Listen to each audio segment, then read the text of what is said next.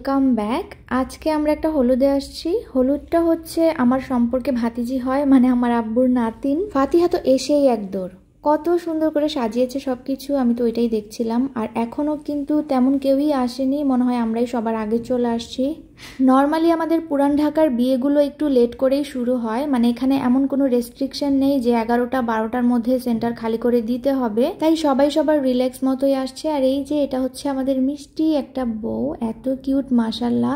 ওর মতো কিন্তু আরো একজন আছে, মানে ওর যমজ বোন, দুইজনই মাশাল্লাহ এত কিউট, তোমাদেরকে দেখাবো। আর এখানে আমি দেখছিলাম গায়ে হলুদের যে ফুড ডেকোরেশন গুলো এত সুন্দর করে ওরা সাজিয়েছে।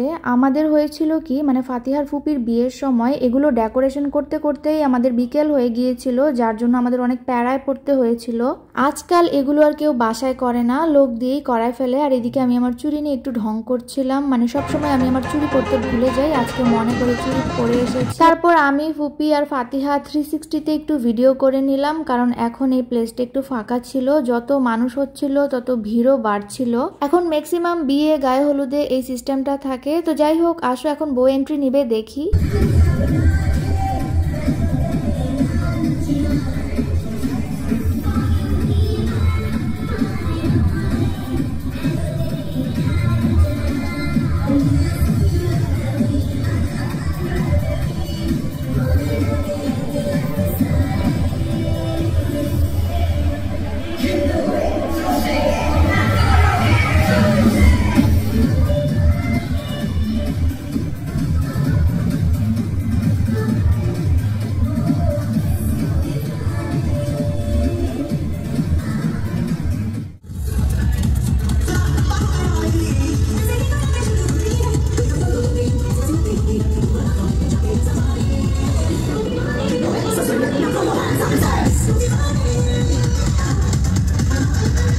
প্রথমেই ওর বাবা মা ওকে হলুদ লাগিয়ে মিষ্টি খাইয়ে দিচ্ছে, আর এটা হচ্ছে ওর টুইন। দেখো দুইটা বোনই মাশাল্লাহ কত কিউট, তাই না?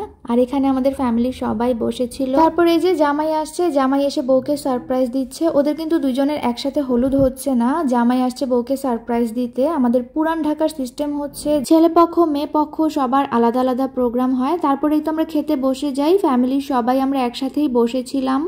খাওয়া শেষে এই পিচ্ছির নাচ দেখছিলাম, কেউ মাশাল্লাহ বলতে ভুলো না, ও এত সুন্দর করে নাচে, আমি ভিডিও না করে পারলাম না। আজকে ফাতিহার বাবা আসেনি, ইনশাল্লাহ বিয়েতে আসবে। আর এদিকে আমার মেয়েও কিন্তু অনেক খুশি, সে বাচ্চাদেরকে পেয়ে একদম। সবার হলুদ দেওয়া শেষ হলে এখন পারফরমেন্স শুরু হবে। এক একজন এত ভালো নেচেছে, একদম প্রফেশনালদের মতো।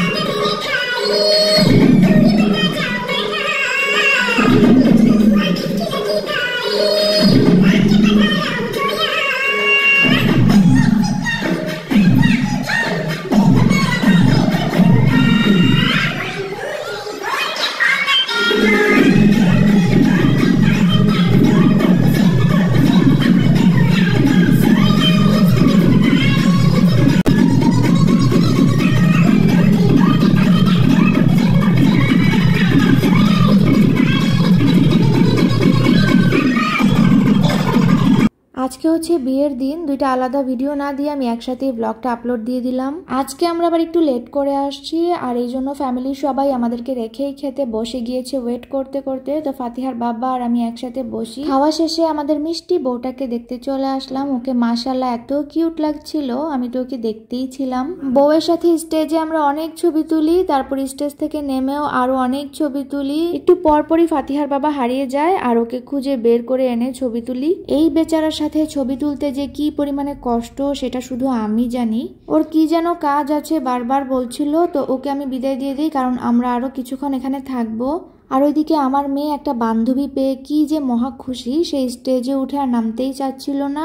এখানে আবার একটা দোলনাও আছে, তো ভাবলাম মিস করব কেন, এখানেও একটু বসি। বিয়েতে আসলে তেমন কোনো কিছুই থাকে না, তেমন কোনো কিছুই ভিডিও করার মতো নেই, তো আমি ভিডিও তেমন একটা করিনি, কারণ বিয়েতে আসো, খাওয়া দাওয়া করো, দেন চলে যাও। ফ্যামিলির সাথে অনেকক্ষণ টাইম কেটেছে, এটাই হচ্ছে বড় কথা। সবার সাথে দেখা হয়েছে, এর চেয়ে বেশি আর কি লাগে। কোনো একটা অনুষ্ঠানের মাধ্যমেই আসলে সবার সাথে একসাথে দেখা হয়। আর এদিকে আমার দেখা দেখি ফাতিহাও দোলনাতে বসতে চলে আসছে।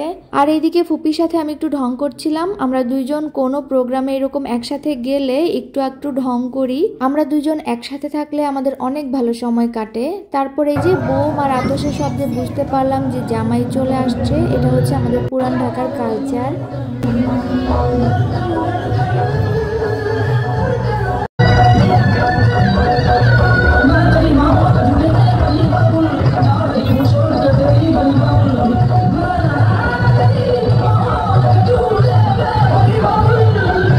জামাই আসলে অনেক বোম আর আতশ মারতে থাকে, তখনই সবাই বুঝে যে জামাই আসছে। জামাইকে স্টেজ পর্যন্ত মেয়ের বাবা মা নিয়ে আসলো, তো গেটও ধরেছিল, আমি তখন ওখানে ছিলাম না। আর এইদিকে ফাতিহা খুবই টায়ার্ড। হঠাৎ করে চিৎকার চেঁচামেচি শুনে ভয় পেয়ে গিয়েছিলাম। পরে শুনি যে না, জামাইয়ের জুতা চুরি করছে সবাই। যাক, আজকের মতো এখানেই আমরা বিদায় নিয়ে নিচ্ছি। ফাতিহাও আর থাকতে চাচ্ছে না। তোমাদের কেমন লেগেছে অবশ্যই আমাকে কমেন্ট করে জানাবে। সবাই ভালো থাকবে, টাটা।